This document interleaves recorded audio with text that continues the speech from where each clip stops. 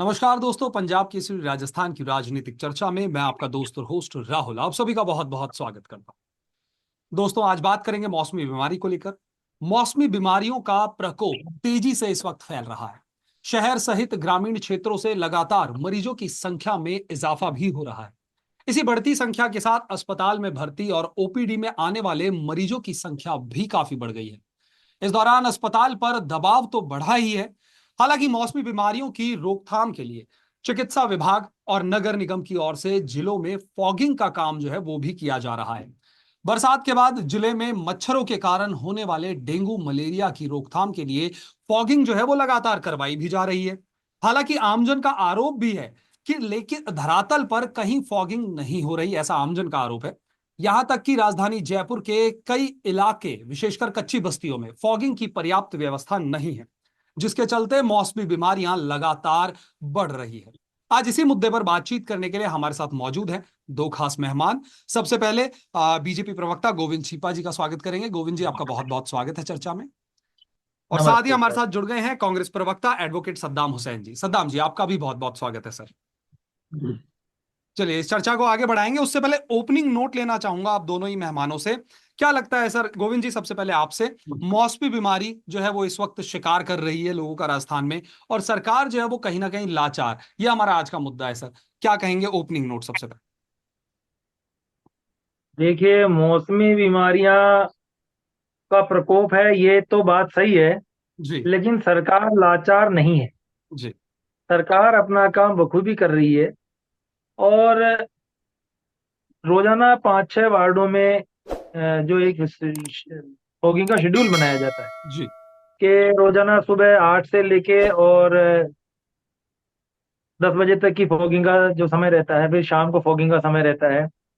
इसके अलावा जहाँ पे लार्वा इकट्ठा होने की संभावना रहती है, उसमें सरकार अपनी ओर से केमिकल उसमें डाल के उन लार्वा को नष्ट करने का प्रयास करती है, काम भी करती है। जी। लोगों को समझाइश भी करती है, जगह जगह पे बोर्ड भी चस्पा किए हैं तक। इसमें क्या होता है कि देखिए, ये मच्छर जनित बीमारियां हैं। जी। ये कोई ऐसा रोग तो है नहीं कि कोई वायरस से फैल रहा हो। ये मच्छर जनित बीमारी है। और मच्छर पनपता है गंदगी से। तो बिल्कुल। गंदगी से जितना हम बच के और रहेंगे, उतना अपने आप ही मच्छर नहीं होंगे, मच्छर नहीं होंगे, बीमारी नहीं होगी। ये एक, इसको समझने की जरूरत है। इसमें सरकार तो यही कर सकती है कि फॉगिंग करे, थोड़ा सा समझाइश करे, थोड़ा सा जी। अवेयरनेस करे। खुद का बचाव तो खुद को ही करना पड़ेगा इस तरह की बीमारियों में। तो जी। पूरे बदन पे कपड़े ढक के पहने अपने, उसको जो साफ सफाई का ध्यान है। कूलर है, अभी जैसे ये मौसम ऐसा है कि जिसमें गर्मी भी रहती है, सर्दी भी रहती है। जी। कूलर में पानी जमा रहता है रात को। जो है, हम लोग कूलर नहीं चलाते हैं, रात भर में लार्वा पनप जाता है। जी। तो जब तेज गर्मी में, जब हम 7-7 दिन में, 10-10 दिन में कूलर का पानी अगर बदलते हैं, तो अभी हमें फ्रिक्वेंटली बदलना चाहिए अगर आवश्यकता कूलर की लग रही है तो। जी। और कई चलिए। बार तो ये होता है कि कूलर की वजह से ही बीमारी फैलती है। आपको मैं बताऊं कि अगर रात को, तेज रात को, अगर आदमी ने कूलर जो ऑन रह गया, जब जी। रात को 10 बजे सोता है, तब तो मौसम गर्म रहता है। रात को 1, 1, 1, 2 बजे बाद, 3 बजे बाद मौसम ठंडा हो जाता है। 6 बजे तक उसको सर्दी और कंपकपी शुरू हो जाती है। ये भी मौसम का एक कारण है। बिल्कुल। तो मुझे लगता है कि इसमें सरकार तो अपना काम कर ही रही है, करेगी ही। लेकिन आम जन को इसमें समझने की, समझाने की ज्यादा जरूरत चलिए, सद्दाम जी, ओपनिंग नोट सर। जी राहुल जी, मैं बताना चाहूंगा कि प्रदेश के अंदर डेंगू और मलेरिया से जो मौतें हो रही है वो जी। रियल में चिंता का विषय है। सरकार ने इसके रोकथाम हेतु जो आदेश और निर्देश जारी किए हैं, उनका वो कागजों तक सीमित नहीं रहने चाहिए, उनका धरातल पर सख्ती से क्रियान्वयन होना चाहिए। साथ में जो प्रदेश की जितने भी नगर पालिकाएं हैं, नगर परिषद है, नगर निगम है, उनको जी। निर्देशित करके और वहां पर जो दूषित पानी जहां जहां पर इकट्ठा है, उनके निस्तारण के लिए नगर निकाय को काम करना चाहिए। इसके साथ साथ इसके रोकथाम के लिए समय समय पर जो फॉगिंग है वो होनी चाहिए। डीडीटी पाउडर का छिड़काव होना चाहिए, टेमीफोस दवाई का छिड़काव होना चाहिए, एमएलओ ऑयल का छिड़काव होना चाहिए, पायरेथ्रियम का छिड़काव होना चाहिए। जितने भी जो रोकथाम के जो दवाइयां हैं, पाउडर है, उनका छिड़काव होना चाहिए। साथ में नगर निकाय तो काम कर रही है, कुछ ऐसे ग्रामीण क्षेत्र भी हैं जहां पर जो दूषित जल भराव की समस्या व्याप्त है या मच्छर वगैरह इकट्ठा हो रहे हैं, तो वहां पर भी जो जितने भी जिला परिषद है, पंचायत समिति है या ग्राम पंचायत है, उनको जी। भी निर्देशित करके और इसका पूरा प्लान तैयार करके वहां पर भी इसके रोकथाम के लिए सरकार को कार्य करना चाहिए। साथ में मैं आपको बताना चाहूंगा कि चिकित्सा एवं स्वास्थ्य विभाग को भी सरकार को निर्देशित करके माइक्रो प्लान के अनुसार जो चिकित्सा स्वास्थ्य शिक्षा है वो उपलब्ध करवानी चाहिए। सद्दाम जी, सद्दाम जी, आप मुझे सुन पा रहे हैं? शायद कुछ टेक्निकल इशू की वजह से सद्दाम जी जितने भी सरकार को इनके रोकथाम के संबंध में प्रदेश के जितने भी मुख्य चिकित्सा एवं स्वास्थ्य अधिकारी हैं, जिला शिक्षा अधिकारी प्रारंभिक शिक्षा है, जिला शिक्षा अधिकारी माध्यमिक शिक्षा है, उनको निर्देशित करके विद्यालयों के अंदर भी महाविद्यालयों के अंदर भी जन जागरूकता कार्यक्रम होनी चाहिए, ताकि बच्चे अपने अपने घर जाकर, अपने अपने मोहल्ले, अपने अपने वार्ड के अंदर जाकर अपने जो आसपास के लोग हैं उनको इन जन जागरूकता के बारे में बताएं, ताकि लोग इन मौसमी बीमारी से अपना बचाव और रोकथाम कर सके। साथ में मैं आपको बताना चाहूंगा, सरकार को सोर्स रिडक्शन एक्टिविटी का आयोजन भी करना चाहिए। जो अपशिष्ट पदार्थ जहां पर इकट्ठा हो रहे हैं उनको वहां इकट्ठा होने से पहले ही नष्ट करने का सरकार के पास में पूरा प्लान होना चाहिए, ताकि जो वर्तमान में मौसम जनित बीमारियों का प्रकोप प्रदेश में निरंतर बढ़ रहा है उस पर रोकथाम किया जा सके, और जो प्रदेश की जो आमजन है इससे जो ग्रसित हो रही है, जो मौत का जो आंकड़ा है वो निरंतर बढ़ता जा रहा है, उस पर रोकथाम लग सके। तो सरकार को अपने जो आदेश और निर्देश है उनका सख्ती से पालना सुनिश्चित करवाकर और आमजन को राहत प्रदान करनी चाहिए। चलिए, गोविंद जी, आप कुछ कहना चाह रहे थे जी? मैं इसमें एक बात कहना चाहता हूँ कि एक तो ये डेंगू और मलेरिया का जो मच्छर होता है जी वो दिन में काटता है। ये एक खास बात समझने की जरूरत है। दिन में अगर हम कहीं भी बैठते हैं तो पूरे बदन के कपड़े पहन के बैठे, हाफ बाजू की शर्ट होती है तो वहां पे काट सकता है। अगर नीचे का कपड़ा है वो इस तरह से नहीं है तो वहां काट सकता है। जी एक तो ये समझने वाली बात है। दूसरा ये होता है कि कई बार ये मौसम चल रहा है साफ सफाई का, दिवाली की घरों में साफ सफाइयां शुरू हो गई हैं, जी सब लोग दिवाली मनाते हैं, हर्षोल्लास से मनाते हैं। और दिवाली से जो पहले का समय होता है, एक तरह से दिवाली से करीब 20-25 दिन पहले से लोगों की सफाइयों का दौर शुरू हो जाता है। बिल्कुल अब दिवाली में क्या होता है कि घर से तरह तरह के अपशिष्ट पदार्थ निकलते हैं जो साल भर से घरों में जमा होते हैं। कुछ बिल्कुल पुराने कपड़े, कुछ पुराने बर्तन, कुछ पुरानी वस्तुएं जो काम नहीं आती हैं, हम उनको बाहर जी निकालते हैं। अब बाहर निकाल के एक जगह रख देते हैं। अब वो एक जगह हम लोग सोचते हैं कि जिनमें किसी काम की वस्तु होगी तो किसी को हम दे देंगे, जी उसमें 1-2 दिन का समय लग जाता है। ये कुछ जिसे मैं कहना चाहूंगा कि प्रायोगिक कुछ समस्या ही नहीं कहूंगा, ये कि वो है, ये इस मौसम में होता ही है। इसमें हमको स्वयं का बचाव स्वयं ही करना पड़ेगा। और एक बात और है, कभी भी जैसा भी मैंने आपको बताया कि देर रात तक अगर कूलर चलाने से आपको कभी बुखार हो गया, आप केमिस्ट से जाके दवाई ना लें, आप डॉक्टर के पास जाके जांच करा के ही दवाई लें। होता ये है हमारे भारतीयों में, पता नहीं क्यों है कि हम केमिस्ट के पास जाते हैं, साहब मुझे बुखार आ रहा है। अब वो जो वहां पे काउंटर पे बैठा है वो व्यक्ति बिल्कुल डॉक्टर तो है नहीं, वो केवल उसको एक सॉल्ट की जरा सी हल्की सी सतही नॉलेज है, जी तो वो एक अंदाज से आपको टैबलेट दे देता है। कई बार ये होता है कि टैबलेट लेने से वो जो बीमारी है वो बढ़ जाती, बिल्कुल उसकी वजह से प्लेटलेट एकदम घट जाते हैं। और वो अस्पताल जब जाता है उसकी बिगड़ने के बाद तो फिर पता लगता है कि साहब ये डेंगू से मर गया। अरे भाई, आपको डेंगू था 7 दिन से और आप जांच कराने आज आए हो, तो ये भी इस तरह की भी प्रैक्टिकल प्रॉब्लम्स होती हैं। तो मैं बिल्कुल आम जनता से आपके माध्यम से, आपके चैनल के माध्यम से, बहुत आपका प्रतिष्ठित चैनल है, बहुत इसकी फॉलोइंग भी बहुत है, मैं इसके माध्यम से एक बात कहना चाहता हूँ सब लोगों को कि साफ सफाई का ध्यान रखें। घरों से अगर जो कचरा निकल रहा है तो जी यथास्थान ही डालें। और अगर यथास्थान से कचरा नहीं उठ रहा है, डंपिंग यार्ड से अगर कचरा नहीं उठ रहा है, जो कपड़ा ये जो पुराने जो सामान लेने के लिए अगर आपको कहीं जाना है, किसी बस्ती में बांटना है, जो भी आपकी व्यवस्था है, जो भी आपकी इच्छा है वो आप करें। तो अगर कचरे लेने वाली गाड़ी समय पे नहीं आ रही है, जी आप अपने पार्षद को, सरपंच को, नगर निकाय के अधिकारी को, नगर पालिका के चेयरमैन को समय से बोलें। क्योंकि सामान्य समय में अगर कचरा 1 दिन 2 दिन नहीं उठता है तो चलो हम उसको बर्दाश्त कर ले, अभी का कचरे के ढेर जी निकल रहे हैं। थोड़ा सा की जगह, इतना सा कचरे की जगह बहुत सारा सामान निकल रहा है और वो घरों में ही पड़ा रहता है। ये बिल्कुल अफसोस की बात है और उसकी वजह से मच्छर हो रहे हैं। अभी मैं यानी खुद का उदाहरण देता हूँ। मेरे जहाँ पे मैं कबूतरों को पानी, उसके चिड़ियों को पानी डालने के लिए जी जो मैं इसमें रखता हूँ जगह, उसमें लार्वा उत्पन्न हो गया था, मुझे ही नहीं पता, मैं पार्षद हूँ। तो ऐसी गलतियां जब हमसे हो जाती हैं तो एक आम जनता से भी होती होंगी। इन्हीं वजहों से ये बीमारी फैल रही है, जितना वो बचाव में ही उपचार है। बिल्कुल बिल्कुल सही कहा गोविंद जी। एक बात आपने बहुत अच्छी कही कि हम हिंदुस्तानियों में एक चीज की सबसे बड़ी समस्या है कि अगर छोटी मोटी कोई प्रॉब्लम होती है तो हम डायरेक्ट मेडिकल स्टोर पे जाके वहीं से ही शरीर में हरारत है या कुछ भी है तो वहां से टैबलेट ले लेते हैं कि तबीयत सही हो जाएगी एक दो दिनों में। लेकिन ऐसा ना करें, ये किसी बड़ी बीमारी के लक्षण भी हो सकते हैं। अगर आपको भी इस तरह की कोई हरारत हो रही है, शरीर में कोई परेशानी हो रही है, तो सबसे पहले आप डॉक्टर के पास जाएं, ना कि मेडिकल स्टोर पर जाएं। साथ ही गोविंद जी, इस चर्चा को आगे बढ़ाने के लिए आपके साथ एक बात है कि 4,000 से ज्यादा मरीज जो हैं अब तक डिटेक्ट हो चुके हैं मौसमी बीमारियों के राजस्थान के अंदर। साथ ही अस्पतालों में लंबी लंबी कतारें भी लगने लग गई है, देखा जा रहा है। तो इसके लिए सरकार क्या समाधान कर रही है, क्योंकि लोगों को खासी परेशानी जो है वो उठानी पड़ रही है अस्पतालों के अंदर इस वक्त। देखिए, ये जो लंबी लंबी कतारों की जो फोटोएं आती है ना सर, जी ये आती है बड़े अस्पतालों की, जैसे जयपुरिया में, जैसे एसएमएस में, जी है ना। जी सरकार ने प्राथमिक स्वास्थ्य चिकित्सा केंद्र भी बना रखे हैं। लोग क्या बिल्कुल होते हैं कि वहां न जाके सीधे बड़े हॉस्पिटल पहुंच रहे हैं, जबकि ये रेफरल सिस्टम है। सरकार का भी ये बार बार अनुरोध है सब लोगों से। अब एसएमएस कोई पहुंचेगा तो डॉक्टर उसको मना तो कर नहीं सकता कि भाई तू यहाँ क्यों आ गया, तू पहले जी वहां जा। ये तो हमारे यहाँ सिस्टम है नहीं, ऐसा होना भी नहीं चाहिए। बिल्कुल आदमी की इच्छा है, मुझे एसएमएस में ज्यादा तसल्ली मिलती है, मुझे जयपुरी में जी ज्यादा तसल्ली मिलती है, वहां जाऊंगा। लेकिन जो प्राथमिक चिकित्सालय हमारे गली मोहल्लों में खुले हुए हैं, हमारे नगर में, हमारे आसपास में जो वो है, हम वहाँ पहले जब वहाँ भी अच्छी क्वालिफाइड डॉक्टर्स की टीम बैठी है। वो वहाँ भी जांच की सुविधाएं उपलब्ध हैं, वहाँ भी निःशुल्क दवाइयाँ उपलब्ध हैं। आप जाएंगे वहाँ भी इलाज होगा। आप सीधे ही बड़े अस्पताल चले, अच्छा, अगर कोई इस तरह की बात होती है तो डॉक्टर खुद रेफर करते हैं। तो बिल्कुल आपको पहले प्राथमिक चिकित्सा केंद्र जाना चाहिए, वहां अपने डॉक्टर से अपना नंबर लेके अपना जांच करवानी चाहिए। जी उस जांच में अगर कुछ आता है तो डॉक्टर उस हिसाब से जांच करेगा। अगर नहीं आता है, फिर भी बीमारी ठीक होती है, तो बड़े अस्पताल के लिए रेफर करेगा। तो इससे क्या सिस्टम स्मूथ होता है।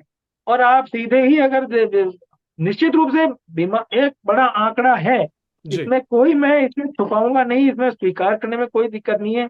जनता परेशान होती है, हमें भी अच्छा नहीं लगता। लेकिन इसमें भी एक, ये भी एक समझने की जरूरत है कि हम जो जगह जगह जो चिकित्सालय केंद्र खुले हुए हैं, जी डॉक्टर्स की टीम वहां बैठी है और एफिशिएंट टीम बैठी, वहां पे भी जाके पहले उनकी सेवाओं का लाभ लें। उसके बाद अगर समस्या है तो बड़े अस्पतालों का रुख करें। चलिए गोविंद जी, लेकिन अभी हाल ही में बायतू विधायक है हरीश चौधरी, उन्होंने चिकित्सा और स्वास्थ्य मंत्री गजेंद्र सिंह खीवसर को पत्र भी लिखा है कि बेहतर प्रबंधन किया जाए अस्पतालों के अंदर और चिकित्सा सुविधा जो है वो उपलब्ध कराने की मांग की है। तो क्या ऐसी क्या प्रॉब्लम आ रही है इस वक्त ये जो चिकित्सा केंद्र है वहां पर, कि उन्हें चिट्ठी लिखने पड़ गई सरकार को? देखिए, विधायक तो मंत्री को चिट्ठी लिख ही सकता है, और फोन भी कर सकता है, लिख भी सकता है। बिल्कुल अब कौन से चिकित्सा केंद्र में उनको क्या दिक्कत आ गई, क्या कमी है, तो वो उसको दूर किया जाएगा। ऐसा तो मैं कह ही नहीं रहा हूँ कि हमारी व्यवस्था बिल्कुल चाक चौबंद बिल्कुल ऐसा है कि साहब कहीं कोई कमी नहीं है। जी, हम विकासशील देश, हम विकसित देश तो है नहीं कि हमारे यहाँ हम संसाधनों का भी एक जिसे कहना चाहिए कि एक लिमिटेशन है। एक लिमिटेशन है। हम जी ऐसा तो है नहीं कि एक एक मरीज पे जो है, विदेशों में तो एक कुत्ता भी मरता है तो 5 डॉक्टर की टीम पहुंच जाती है। यहाँ पे तो एक आदमी पे एक डॉक्टर लगाना मुश्किल होता है। तो जो संसाधन है उसके अनुसार जो जितना कार्य किया जा रहा है, और अगर कहीं कोई कमी है, बायतू के विधायक जी ने अगर कोई चिट्ठी लिखी है तो उस पर संज्ञान निश्चित रूप से हमारे ये जो चिकित्सा मंत्री है, उस पर ध्यान जी लिया ही होगा। और उस पर जो भी कार्रवाई की जाएगी, इसमें कोई बात नहीं है। अगर कहीं कमी है तो दूर करेंगे। अच्छा, हमारी और आप हमारा ध्यान रख रहे हैं, जनता का ध्यान रख रहे हैं, हमारे हमें कोई कमी का ध्यान दिला रहे हैं, हम दूर करेंगे। चलिए। हाँ, जी। सद्दाम जी क्या कहेंगे? हरीश चौधरी ने चिट्ठी लिखी, क्या लगता है आपको कि सरकार की तरफ से प्रॉपर जो सुविधाएं हैं वो पहले से मुहैया नहीं करवाई गई हैं चिकित्सा केंद्रों पर? जी राहुल जी, मैं आपको बताना चाहूंगा, सरकार ने आदेश और निर्देश निश्चित तौर पे जारी किए, लेकिन उनका धरातल पे क्रियान्वयन नहीं हो पा रहा है। मैं आपको बताना चाहूंगा कि प्रदेश के जितने भी बड़े बड़े अस्पताल है, वहां पर ओपीडी का जो समय है वो 9 बजे से 3 बजे का है। जी लेकिन वहां पर आप पर्ची लेने के लिए आपको लंबी लंबी कतारों के माध्यम से गुजरना पड़ेगा, दवाई लेने के लिए लंबी लंबी कतारों के माध्यम से गुजरना पड़ेगा। और जो जांच होती है, वर्तमान में मौसम जनित जो बीमारियां चल रही है उनके लिए पहले जांच की जाती है। जांच के अंदर अगर वो उसके अंदर पॉजिटिव आता है तब उसका उपचार किया जाएगा। तो मेरे को के अंदर अस्पताल है, वहां पर ओपीडी का समय है 3 बजे, लेकिन जो जांच होती है, जांच का समय उसके अंदर 1 बजे तक रखा गया है। जी, सद्दाम जी, जी राहुल जी, जांच 1 बजे तक होती है और ओपीडी 3 बजे तक खुली रहती है, तो लंबी लंबी कतारें हैं। और अधिकांश रोगी ऐसे भी हैं जिनका एक दिन में अगर जांच नहीं हो पाती है तो उनको अगले दिन आना पड़ता है, उनको परेशानी होती है। तो सरकार को जांच किया जाना चाहिए, ताकि जो ओपीडी का समय है वो जांच का समय होना चाहिए, ताकि जो रोगी अस्पताल में आ रहे हैं उनका उसी दिन उपचार हो सके और उनको अगले दिन यहाँ अस्पताल में आकर परेशानी का सामना नहीं कर। सद्दाम जी, शायद कुछ आपके नेटवर्क डिस्टरबेंस आ रहा है जिस वजह से आप बार बार बीच में डिस्कनेक्ट हो रहे हैं। एक बार प्लीज अपना नेटवर्क देख लें। गोविंद जी, आप कुछ कहना चाह रहे थे सर, फिर मेरा एक सवाल है आपसे। देखिए, मैं ये कहना चाह रहा था कि ओपीडी में जैसे ही डॉक्टर के पास मरीज दिखाने जाता है, उसकी जांच के लिए उसको पर्ची लिख दी जाती है। जी अब क्या होता है कि 3 तरह की जांच भी करवानी पड़ती है, कई बार 4 तरह की जांच भी करवानी पड़ती है, तो हर एक जांच में अपना समय लगता है। और अब कोई उसको ऐसा तो है नहीं कि एक ही जगह चला गया और सारी जांच होगी, प्राइवेट हॉस्पिटल थोड़ी है। जी प्राइवेट हॉस्पिटल में की व्यवस्था गवर्नमेंट हॉस्पिटल में तो आते आते ही आएगी। दूसरा, हरीश चौधरी जी की जो बात कर रहे थे, हरीश चौधरी जी ने, क्या है कि हरीश चौधरी जी का जब कार्यकाल कांग्रेसी सरकार थी, जी अपने बयान वीर रहे, वो अपने बयानों के लिए जाने जाते हैं। जी अब चिट्ठी उन्होंने लिख दी, अच्छी बात है, विधायक है, लिख सकते हैं। लेकिन उनको चिट्ठी अगर इतनी बड़ी समस्या उनको लग रहा है कि वहाँ विस्फोटक स्थिति है, जी तो भाई आंदोलन करें, सड़कों पे आए, हमें भी पता लगे कि भाई कितना दमखम है। अभी लेटेस्ट ही हरियाणा में हार के बैठे हैं, जी कहीं उस गम को भुलाने के लिए तो ये चिट्ठी मतलब नहीं लिख दी है ऐसा कहीं कि भाई अब ये इससे उभरूं कैसे। होता जी है ना कि गम अलग दूर करने के लिए चिट्ठी लिख दी हो कहीं। जी गोविंद जी, लेकिन कहीं ना कहीं कांग्रेस जो है वो आरोप लगा रही है कि आपने पॉलिसीज तो लाए, लेकिन धरातल पर उनका क्रियान्वयन प्रॉपर तरीके से जो है वो नहीं हो पा रहा है। देखिए, ये मैं फिर आपको कह रहा हूँ, इस तरह के आरोपों में, ये आरोप प्रत्यारोप की राजनीति तो देखिए, ये तो मतलब चलती रहेगी। जब कांग्रेस भी जानती है, हमारे कांग्रेस के प्रवक्ता आदरणीय खान साहब भी बैठे हैं, वो भी जानते जी हैं कि बेहतर प्रबंधन भारतीय जनता पार्टी की सरकारों में ही देखने को मिलेगा आपको। इनकी सरकारों में अब मैं आपको बताऊंगा कि इनकी सरकारों में क्या कुप्रबंधन था, जी किस तरह से एक दूसरे को छींटाकशी करते रहते थे, किस तरह से इनका तो केवल एक घोषणावीर सरकार इनकी रही। किसी जी तरह की घोषणा कर दी और उसके बाद गायब हो गए। अनेक बातें इस तरह की हैं जो मैं क्योंकि मुद्दा बहुत सेंसिटिव है, मुद्दा बहुत जनता से जुड़ा हुआ है, मैं उसको कांग्रेस बीजेपी नहीं करना चाहता है, मैं उसको मामले को डिरेल नहीं करना चाहता। फिलहाल हम सबका कर्तव्य ये है कि अपनी साफ सफाई की तरफ ध्यान रखें, अपना बचाव जी में ही उपचार है, अपने बचाव का ध्यान रखें, यही उसका है। आप अगर कुछ यूनिट बढ़ा देंगे, कुछ जांच ज्यादा हो जाएगी, उसके बजाय हम उस जांच की जरूरत ही ना पड़े भाई, हम तो उस प्रयासों में लगे हैं। हमारे सारे पार्षदों को, जयपुर नगर निगम की बात है, सारे वार्डों में फॉगिंग करीब करीब हो चुकी। हम उन सब का टारगेट पूरा किया जा चुका है। फिर भी कहीं अब हेरिटेज में भी काम शुरू हो गया, वहां भी हमारी महापौर हो गई है, वहां भी काम शुरू हो चुका है। अब तक तो कुछ काम हुआ नहीं था। जी तो फिर भी कहीं अगर कमी लगती है तो आगे प्रशा हमें ध्यान दिलाई, हम उसको दूर करेंगे। नहीं, मैं हेरिटेज ऐसा में तो भी हूँ हो रहा नहीं है, कि हेरिटेज में फॉगिंग का जो काम है वो चल रहा है रोजाना कुछ चार हो से रहा है। पांच जी जी हाँ, लेकिन अभी अभी देखिए हाँ जी। जी गोविंद जी, एक आपने सफाई की बात करी। अस्पतालों में भी सफाई की बहुत ज्यादा जरूरत होती है, क्योंकि मरीज है, मरीज अगर किसी चीज से पीड़ित है तो वो अस्पताल जाते हैं। लेकिन अस्पतालों की हालात को लेकर अगर मैं बात करूं तो जयपुर का जेके लॉन हॉस्पिटल काफी माना हुआ हॉस्पिटल है। वहां पे मेन गेट पे ही कचरा दिखाई दे जाता है। बेसमेंट पार्किंग में पानी भरा हुआ है कई जगहों पर, वो भी देखने को नजर आता है। कावटिया अस्पताल जो है वहां पर कचरे की बहुत समस्या है। वहां पीछे डंपिंग यार्ड की भी बात निकलकर सामने आ रही है कि कावटिया अस्पताल के आसपास एक डंपिंग यार्ड भी बना हुआ है। तो ये लगातार अस्पतालों के आसपास ही ये कचरों का इकट्ठा होना, उस पर सरकार ध्यान नहीं दे रही क्या? देखिए, क्या है कि ये जो डंपिंग यार्ड बने हुए हैं ना, हमारी सरकार और हमारे जो महापौर सौम्या जी का तो ये इच्छा है कि सब डंपिंग यार्ड बंद हो। एक हमने एनजीओ के माध्यम से हम अभी हमने मालवीय नगर जोन में आप एक भी डंपिंग यार्ड नहीं देखेंगे। मालवीय जी नगर जोन को हमने डंपिंग यार्ड फ्री कर दिया है, एक भी डंपिंग यार्ड नहीं मिलेगा। अब जी बाकी दूसरे वार्डों में, दूसरे जोनों में भी ये काम हो रहा है। एक एजेंसी, इस पे एजेंसी काम कर रही है और इस पे एक एनजीओ के माध्यम से हम काम कर रहे हैं। तो उसमें ये समझाइश की जा रही है कि भाई एक तो सूखा कचरा और गीला कचरा अलग अलग डस्टबिन में दिया जाए। 4 तरह के जी कचरे हैं उसमें। एक तो सूखा कचरा, गीला कचरा एक काले उसमें थैली में डस्टबिन में, और एक शायद पीले में, ऐसे कुछ है। मतलब एक तो ये होता है कि सिरिंज वगैरह जो लोहे के सामान होते हैं जो जानवर को बिल्कुल। किसी को नुकसान पहुंचा सकते हैं, वो एक अलग है। बाकी जैसे दूध की थैलियां हैं, चाय की बची हुई पत्ती है, केले के छिलके हैं, इस तरह के जो उनसे खाद जो बनाने की, इस तरह की बालनगर जोन में जी हो चुका है। बाकी वार्डों में काम हो रहा है। अब आपने जेके लोन की जो बात कही है, क्या होता है कि एक समय होता है जब वो, क्योंकि वहाँ डंपिंग यार्ड पहले से बना हुआ है, जी। उस डंपिंग यार्ड में एक समय है कि सारा कचरा आके इकट्ठा कर देते हैं। बिल्कुल। घंटा आधा घंटा लग जाता है, नहीं लगना चाहिए, ये एक आदर्श स्थिति है, लेकिन घंटा हम इसको भी कर रहे हैं कि भी सीधा उस डंपिंग यार्ड में डाले ही नहीं कचरा, सीधे जो गाड़ी आ रही है जी। उसका भी प्रयास चल रहा है, निश्चित रूप से बहुत जल्दी इसके इम्पैक्ट आपको देखने को मिलेगा। जी। चलिए, सद्दाम जी, आपसे भी जवाब लेना चाहूंगा। क्या लगता है कि सफाई के मामले में सरकार जो है काम सही कर रही है या उसमें और कुछ बेहतर हो सकता है?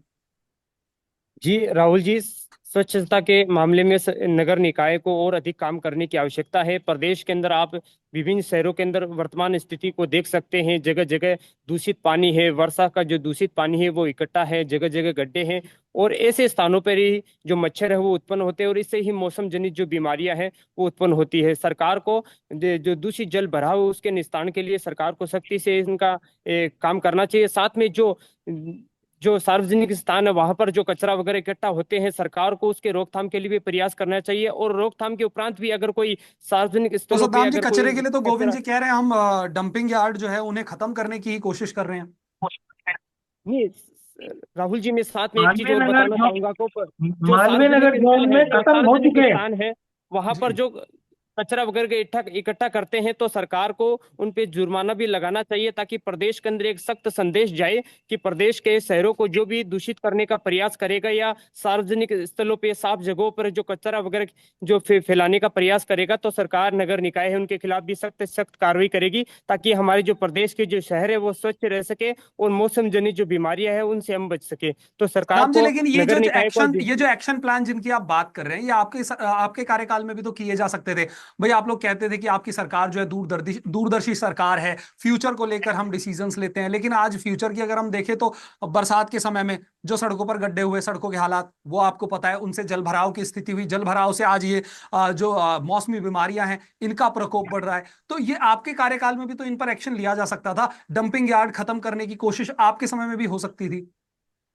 बिल्कुल, सरकार के समय में, गत कांग्रेस सरकार के समय में ऐसे प्रयास हुए थे, और जिनके द्वारा जो सार्वजनिक स्थलों पे जो कचरा वगैरह फैलाया जा रहा था उनको जुर्माना भी लगा था, उनको नोटिस भी जारी किया गया था। साथ में सरकार के द्वारा कचरा पात्र की भी व्यवस्था की गई थी, ताकि जो एक निर्धारित स्थान है वहां पर हम जो दूषित कचरा है उसको डाल सके। इसके साथ में जी। ऑटो टिपर है, उसकी भी सरकार ने पहल की थी, ताकि जो सुबह का समय होता है, ताकि जो जितना भी जो कचरा वगैरह हम एक स्थान पे डाल सके, और वहां से पूरा शहर का जो कचरा इकट्ठा होके और ऑटो टिपर के माध्यम से हम किसी अन्य स्थान पर, मतलब ऐसे शहर से दूर स्थान पे डाल सके, ताकि इस जो मौसम जनित बीमारियां हैं वो शहर के अंदर नहीं फैल सके। तो तत्कालीन कांग्रेस सरकार ने इसके रोकथाम के लिए भी प्रयास किया था। जी। आप कुछ कहना जो चाह रहे थे जी? हाँ, मैं इसमें अच्छा इन्होंने कहा कि साहब सरकार को इस पे जो है जुर्माने का प्रावधान भी है। जी। आपको जानकारी दे दूं, अभी जो मैंने आपसे निवेदन किया था कि मालवीय जोन को हम कचरा मुक्त डिपो अ, बिल्कुल। अभी हम कर पाए हैं। जी। अभी हम पूरा में 1 महीना लगा हमको इसमें। अब इसमें क्या हुआ है कि जैसे अभी मैंने निवेदन किया था कि सूखा सूखा कचरा अलग कचरा डालना अलग, है, गीला गीला कचरा अलग, बिल्कुल। कचरा डालना है ना। कचरा कचरे की गाड़ी में ही डालना है। ये जी। 3 पॉइंट हमने मेन किए थे। अब इसमें क्या है कि जैसे लोगों की जैसे कुछ समस्या है, साहब गाड़ी जी। मान लो 11 बजे आती है, हमें 9:30 बजे ऑफिस के लिए निकलना है, तो उस हम कचरा कैसे डालें? गाड़ी तो 11 बजे, हम क्या बैठे थोड़ी रहेंगे? उसके लिए भी हमने व्यवस्था की। इसके अलावा क्या हुआ कि जैसे सूखा और गीला कचरा अलग अलग ही लिया जाएगा। जी। मैं आपके माध्यम से, आपके चैनल के माध्यम से लोगों से अपील करना चाहता हूँ कि अब ये जो समय निकल रहा है, क्योंकि दिवाली की वजह से हम लोगों ने इसमें थोड़ा सा बिल्कुल। ढीला कर दिया मामले को। दिवाली के बाद या पहले भी सूखा कचरा और गीला कचरा अगर अलग अलग नहीं देता है कोई, तो उसको कचरा स्वीकार ही नहीं करेगा गाड़ी वाला। अब इसमें भी थोड़े से विवाद हुए, लोगों के लड़ाई झगड़े भी हो गए साहब, हम तो जानते ही नहीं थे। तो धीरे धीरे इससे अवेयर हो रही है। और आप जी। देखें कि जो गीले कचरे से खाद बनाई जाएगी, बिल्कुल। पूरा एक सिस्टम हमने इसको डेवलप किया। उस गीले कचरे से खाद बनाई जाएगी। उस खाद से जो है पेड़ पौधों का विकास होगा। नहीं तो क्या होगा कि जैसे जैसे दिल्ली में कचरे के ढेर लग गए हैं, या जी जयपुर में भी हम कचरे के ढेर लगाना चाहते हैं। आप नीति नियत समझिए कि भारतीय जनता पार्टी किस स्तर पे जाके काम करना चाहती है। और ही कार्रवाई करना, हमने इतने मरीजों का इलाज कर दिया, वो आंकड़े मैं पेश कर दूंगा, उसको कोई मतलब नहीं है। मैं एक सकारात्मक पहलू पे विचार करते हुए जी बात ही कहना चाह रहा हूँ कि जिस ढंग से जिस कचरा प्रबंधन का जो बेहतर इसमें काम है, वो हमारी सरकार करने की कोशिश कर रही है, और कहीं कहीं करने में कामयाबी हुई है। जी हम उस गो उस लेवल पे जी जाके काम करना चाह रहे हैं। जी गोविंद जी, बिल्कुल काफी अच्छी बात कही आपने कि सूखा कचरा अलग आपको रखना चाहिए, कलेक्ट करके गीला कचरा अलग रखना चाहिए, बिल्कुल। लेकिन इसकी शुरुआत घरों से होती है, देखिए। तो घरों में हाँ, अवेयरनेस के लिए आप खुद हर एक आम इंसान को अपने घरों में कचरा जब वो इकट्ठा होता है तो अलग से घर में दो डस्टबिन होने चाहिए, गीला कचरा एक में डाले, वो सूखा कचरा अलग डाले, ताकि आगे भी उसको प्रबंधन, उस कचरे का प्रबंधन में ज्यादा प्रॉब्लम ना फेस करनी पड़े। लेकिन ये एक बहुत मुश्किल टास्क हो जाता है आम जनता के लिए, और उन तक इस चीज के लिए अवेयरनेस करना, उनको, ये एक अपने आप में बहुत बड़ी बात है। क्योंकि आज के समय में देखिए सर, पेनल्टी आप लगा देंगे, आज के समय में लोग क्या करते हैं, अपने घर के आसपास कहीं कचरा डाल दिया। आपने बात बिल्कुल सही कही कि लोगों को सुबह 11 बजे ऑफिस जाना है, उससे पहले गाड़ियां आनी चाहिए। तो लोग, ये भी कहीं ना कहीं प्रॉब्लम आती है कि लोग सुबह उठ नहीं पाते जल्दी, तो कहीं ना कहीं कचरा बांध के थैली में लपेट के कहीं आसपास फेंक दिया, उससे भी कचरों का ढेर लग जाता है। मैं आपने बहुत अच्छा विषय उठाया है। जी मैं आपको जानकारी दूं कि जब हमने जैसे मेरे वार्ड में हमने इस तरह का समझाइश करनी शुरू की। जी हमने मोहल्ला समितियों से, मंदिर समितियों के द्वारा एक मैसेज करवाया, और एक एनजीओ के माध्यम से मीटिंग करी। किसी जी मीटिंग में 30 40 लोग, 50 लोग आते थे। जब लोगों को ये कॉन्सेप्ट समझ में आया, जी तो लोगों ने बिल्कुल हाथों में लिया। और मैं आपको याद दिलाना चाहता हूँ, जब दिल्ली के मुख्यमंत्री थे मदन लाल जी खुराना, जी उस समय उनके कार्यकाल से पहले जो है दिल्ली में बहुत कचरे रहते थे, वो गंदी सी दिल्ली दिखाई देती थी। मदन लाल जी ने एक सबको नारा दिया, मेरी दिल्ली साफ दिल्ली, मेरी दिल्ली ग्रीन दिल्ली, जी मेरी दिल्ली हरी दिल्ली। और लोगों ने इसको हाथों में लिया। और आप ये देखिए कि जब मैं किसी समय में दिल्ली में जब जॉब करता था, मदन लाल जी खुराना जब उस समय हुआ करते थे चीफ मिनिस्टर, जी अगर आपने कचरा डाला है, एक रिक्शा वाला भी टोक देता था आपको कि आपने कचरा सड़क पे क्यों डाला है। और वही स्थिति आप देखिए कि मालवीय नगर के जो है वार्ड 125 से लेके 150 तक आप जाएंगे, तो कमोबेश आप अगर घर के बाहर किसी कचरा डालेंगे तो आपको टोका टाकी भी शुरू हो गई है, आम जनता भी टोक देगी। जी तो अगर जनता को हम अपना मैसेज प्रॉपर तरीके से कन्वे कर पाते हैं, प्रॉपर तरीके से समझा पाते हैं, और जी अगर सरकार पर नीति नियत पे अगर लोगों को भरोसा होता है, तो मुश्किल बात नहीं है। लोग मानते हैं, लोग चाहते हैं कि शहर साफ हो। बिल्कुल। हमारे इस प्रयासों में उनको सच्चाई और ईमानदारी नजर आनी चाहिए। जी चलिए, समय की थोड़ी सी हमारे पास किल्लत है, तो इसीलिए बस क्लोजिंग नोट और लेना चाहूंगा। एक, आप दोनों ही मेहमानों को एक चीज बताना चाहेंगे, हमने एक पोल सिस्टम शुरू करा है। डिबेट शुरू होने से कुछ समय पहले हम एक पोल डालते हैं जनता के लिए, जुड़े हुए मुद्दे से लेकर। तो आज का जो हमारा पोल था वो क्या ये था कि क्या मौसमी बीमारियों की रोकथाम में सरकार गंभीरता दिखा रही है। तो इसमें 65% लोगों का कहना है हाँ, और 35% लोगों का कहना है नहीं। तो इस पोल के हिसाब से 65% लोग कह रहे हैं कि हाँ सरकार गंभीरता दिखा रही है, 35% लोग कह रहे हैं कि नहीं, अभी सरकार ढिलाई कहीं ना कहीं बरत रही है। तो इस पोल के साथ साथ चलिए, क्लोजिंग नोट आज के इस मुद्दे को लेकर क्या कहेंगे। साथ ही अवेयरनेस कैंपेन जो है वो बहुत जरूरी है, जैसा गोविंद जी ने बताया कि क्योंकि ये ऐसी बीमारी है, मौसम जनित बीमारियां हैं, जल भराव की स्थिति कहीं हो गई, कचरा कहीं इकट्ठा हो गया, तो उससे बीमारियां कुछ ज्यादा फैलती है। तो अवेयरनेस कैंपेन सरकार जो है किस तरीके से चला रही है, अवेयरनेस कैंपेन को लेकर भी जानकारी लेना चाहूंगा। सबसे पहले गोविंद जी आपसे। ठीक है। पहले तो ये जो आंकड़ा है, ये ठीक है, कम से कम हम ये मान सकते हैं कि लोगों ने फर्स्ट डिवीजन से पास हमको कर दिया है। जी और मैं चाहूंगा कि 75% मार्क्स आ जाए तो हमें डिस्टिंक्शन भी प्राप्त हो जाएगी। जी अवेयरनेस की जहाँ तक बात है, हमने कहा ना कि सरकार जो है गैर सरकारी संस्थानों के साथ काम करके, और एक संस्थान काम कर रही है इसमें, कम से जी कम जयपुर में तो कर रही है। बाहर का तो मेरे पास अभी एकदम से आंकड़ा नहीं है। जी जयपुर शहर में तो आप देखिए कि आने वाले 1 2 महीनों में आपको हर वार्ड में, हर जोन में, हर गली मोहल्ले में आपको इस तरह के अवेयरनेस आपको दिखाई। अभी तो देखिए ये भी लोगों को जानना और जनाना पड़ेगा कि गीला कचरा किसको कहते हैं, सूखा कचरा बिल्कुल किसको कहते हैं। इसमें भी बिल्कुल। संशय, इसमें भी भ्रम है। इसमें करेक्ट। भी एक चार्ट हमने दिया है, तो लो जिसको मैं खुद समझ रहा था। जी आप देखिए कि गीला कार्यकर्ता किसको कहेंगे, तो ये भी समझाइश की जरूरत है। अब इसमें थोड़ा सा समय लगेगा एकदम से, लेकिन जब ये पूरा सब सही हो जाएगा तो आप देखिएगा कि इसके इम्पैक्ट कितने सकारात्मक, कितने अच्छे होने वाले हैं, और बिल्कुल, सरकार धीरे इस पे धीरे ये काम कर चीज रही है। आनी है। जी, सद्दाम जी, क्लोजिंग नोट सर। जी राहुल जी, मैं बताना चाहूंगा कि जब प्रदेश में गत कांग्रेस सरकार थी, उस समय सरकार बनते ही 25/6/2019 को जो अतिरिक्त निदेशक है चिकित्सा एवं स्वास्थ्य सेवाओं के विभाग के माध्यम से एक पत्र जारी किया गया था। प्रदेश जी के जितने भी जिला शिक्षा अधिकारी प्रारंभिक शिक्षा है, जिला शिक्षा अधिकारी माध्यमिक शिक्षा है, ये चिकित्सा जो सीएमएचओ साहब है, उन सभी को पत्र जारी करके प्रदेश में मौसम जनित जो बीमारियां हैं उनके रोकथाम के संबंध में स्वास्थ्य शिक्षा का प्रचार प्रसार करने की बात कही गई। साथ में जन जागरूकता अभियान का संचालन करने का भी निर्देश दिया गया था, और प्रदेश में जगह जगह रैलियों का आयोजन भी हुआ, रंगोलियों का लगाई गई, ताकि प्रदेश की जो आमजन है वो इस जी मौसम जनित बीमारियों से रोकथाम हेतु जागरूक हो सके। तो सरकार वर्तमान में जो प्रदेश की भाजपा सरकार है उसको भी इस तरीके का जो अभियान है वो संचालित किया जाना चाहिए। समाचार पत्र है उनमें विज्ञापन भी जारी करना चाहिए, इनसे कैसे हम बच सकते हैं, कैसे इसका रोकथाम किया जा सकता है। तो सरकार ने जो आदेश जारी किए हैं उनका सख्ती से क्रियान्वयन भी किया जाना चाहिए, ताकि प्रदेश में मौसम जनित जो बीमारियां हैं उससे कम लोग ग्रसित हो सके और इससे प्रदेश की जनता वो सुरक्षित रह सके।